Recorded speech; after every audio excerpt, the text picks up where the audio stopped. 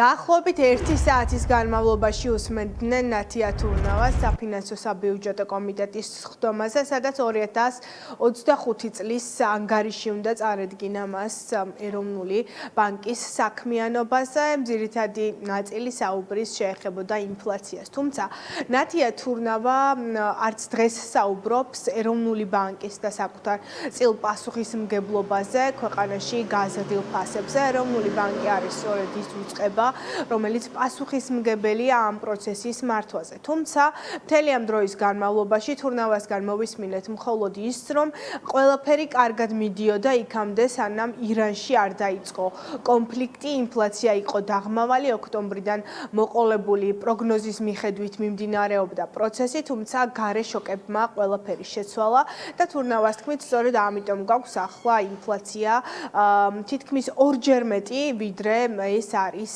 მათ მიერ გათვლილი პროგნოზი და 5.9%-ია ბოლო მონაცემით ინფლაცია. თურნავა ამბობს, რომ უნდა დაველოდოთ პროცესებს და ახლაც გაურკვეველია თუ რამდენ ხანს გაგრძელდება ირანში კონფლიქტი და როგორ იმოქმედებს ეს ყველაფერი ფასებზე. ფაქტია, რომ ამ მიმართულებით ქვეყანაში მდგომარეობა მძიმეა, თუმცა თურნავა დღეს დეპუტატებს ამშვიდებდა, რომ მიუხედავად ამ წნეხისა, გეოპოლიტიკისა თუ გარე შოკებისა, ეკონომიკური ზრდა ქვეყანაში მაინც მაღალია.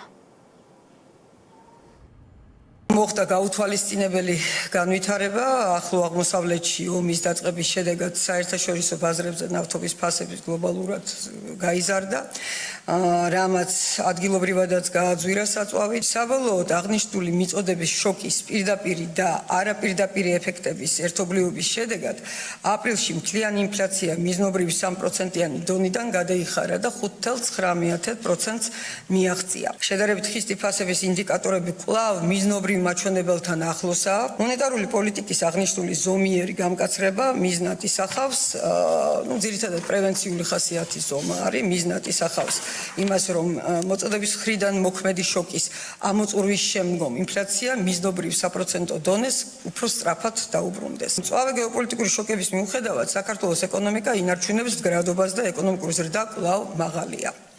წინასწარი მონაცემებით 2026 წლის მარტში ეკონომიკური აქტივობის ზრდა 10.7% შეადგინა, ხოლო პირველ კვარტალში 9.1%, ანუ რეგიონთან შედარებით ეს არის საკმაოდ ძლიერი ზრდის მაჩვენებელი.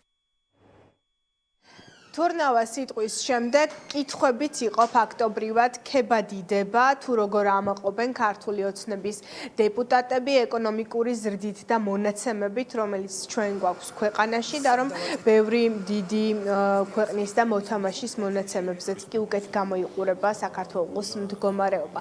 ასევე მოვისმინეთ კითხვა ილია ინჯიასგან, თუ რა ბედიელის ჩვენს ეკონომიკურ ზრდას იმ შემთხვევაში, თუ ქვეყანა ზონას შეუერთდება. თურნავამ თქვა, რომ ჯერჯერობით ამაზე საუბარი არის ნაადრევი, თუმცა კითხვებზე პასუხად ეროვნული ბანკის პრეზიდენტის მთავარი სათქმელი იყო ისევ ის, რომ არ ელოდებიან ეკონომიკური წნეხის მიუხედავად ეკონომიკურ ზრდაზე ეფექტს და უნდა დაველოდოთ თუ როგორ წარიმართება პროცესი, რადგან ეროვნული ბანკის ხელში არ არის ის, რასაც გარე შოკები იწვევს. გარკვეული ინფლაციური რისკების ფონზე.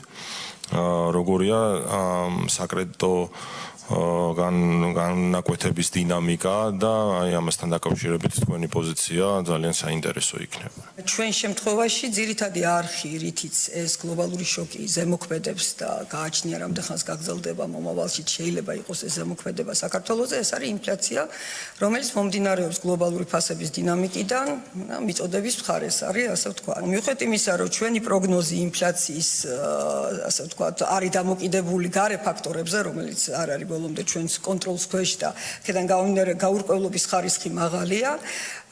საპროცენტო განაკვეთებთან დაკავშირებით და მათ დინამიკასთან დაკავშირებით დღესდღეობით ჩვენ, ასე ვთქვათ, უფრო ოპტიმისტური ხედვა და პროგნოზი გვაქვს. დიდი ეკონომიკის მქონე ქვეყნებზე უფრო კარგი მონაცემებია ესე ციფრებით.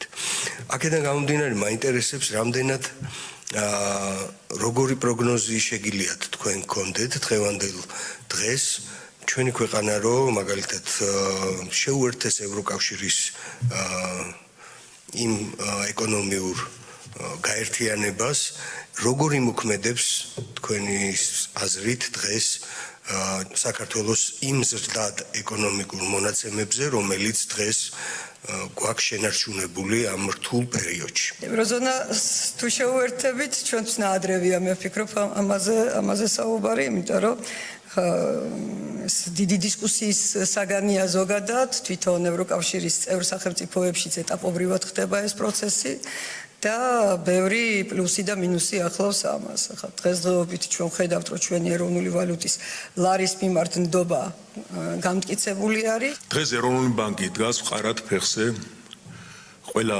მიმართულებით, მე მგონი ასე არასოდეს არ ყოფილა. ლარის კურსი სტაბილურია. რეზერვები გაცდა 6 მილიარდს. ნატია თურნავა სხდომის და მოსმენის დასრულების შემდეგ მადლობით და ქებით გააცილეს საფინანსო საბიუჯეტო კომიტეტის სხდომიდან. საფინანსო საბიუჯეტო კომიტეტის ხელმძღვანელისგან მოვისმინეთ ისიც, რომ ეროვნული ბანკი ისე მყარად დგას ფეხზე, როგორც არასდროს. ამ სხდომაზე გაირკვა ისიც, რომ ეროვნული ბანკი არ გამორიცხავს ოქროს რეზერვების შეძენას. 2024 წლის გაზაფხულზე შედგა ბოლოს ოქროს შესყიდვის ოპერაცია და თურნავა ამბობს, რომ მომგებიანი აღმოჩნდა, ამიტომ შესაძლოა ოქროში რეზერვები წელსაც შეავსონ და გასართონ.